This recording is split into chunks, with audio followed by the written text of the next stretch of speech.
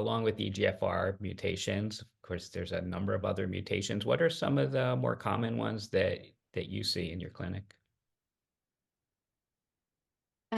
So EGFR mutations, the classical EGFR mutations are found in anywhere from 10 to 15% of patients with non-small cell lung cancer. Another relatively more common one is ALK rearrangement. So ALK gene rearrangement is seen in anywhere from 3 to 5% of patients with lung cancer.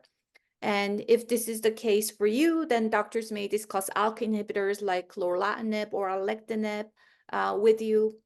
And for patients that have surgically resected ALK rearranged lung cancer also, we use ALK targeted therapy postoperatively.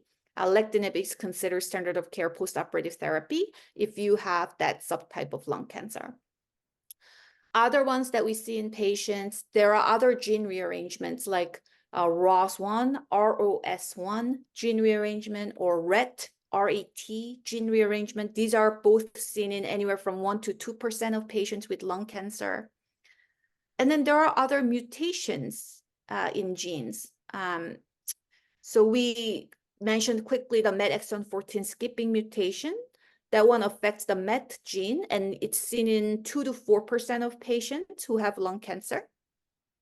We have HER2 gene mutations that are seen in 2 to 3% of patients with lung cancer. And I have to mention mutations in KRAS.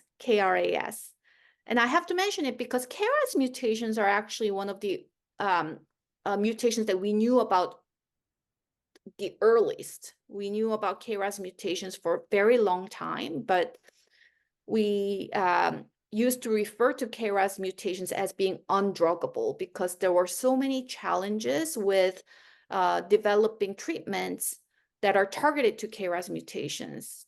It was just such a difficult feat. But over the recent years, there have been targeted therapies that have been successfully developed for a specific subtype of KRAS mutation called G12C.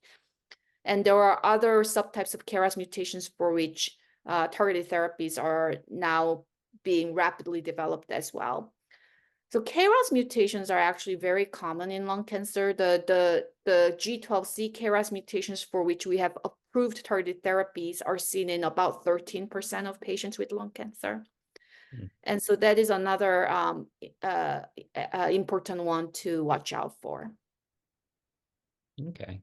And we did get a couple of questions asking about the MET exon 14 skipping mutation. Could you tell us a little bit about that and treatment options for that mutation? MET exon 14 skipping mutations are one of the gene alterations that are detected using next generation sequencing, where you have broad panel gene testing.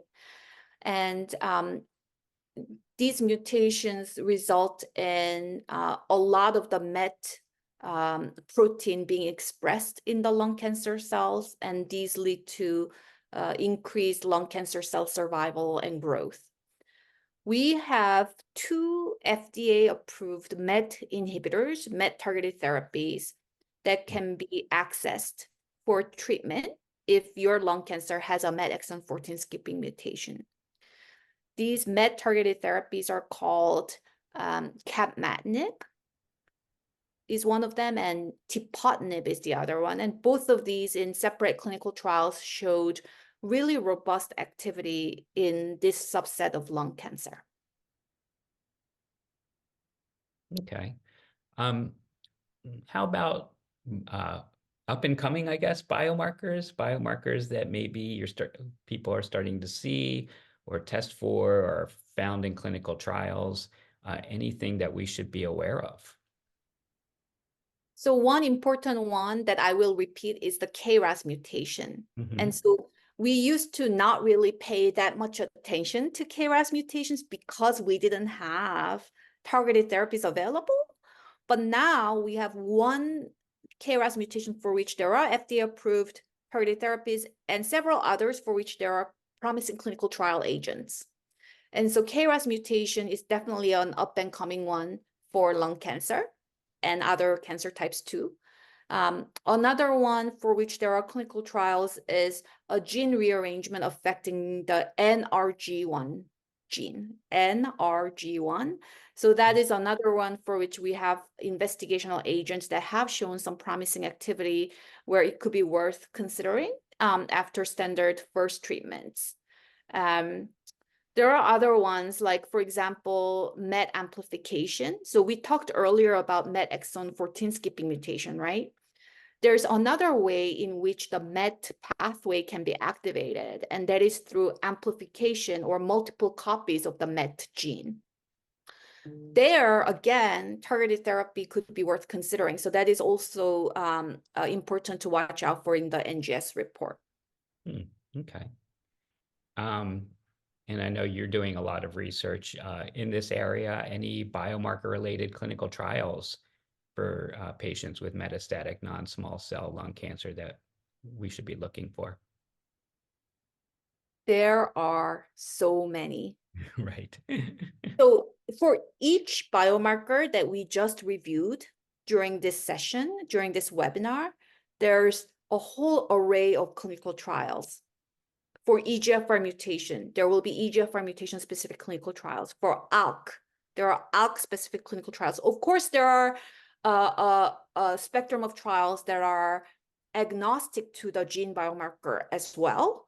But for every subset of lung cancer, I would say there are more than 10 different clinical trials. And so this is another reason why biomarker testing is critical, because it not only affects the recommendation for the standard FDA-approved therapies, but also affects access to promising clinical trials down the line.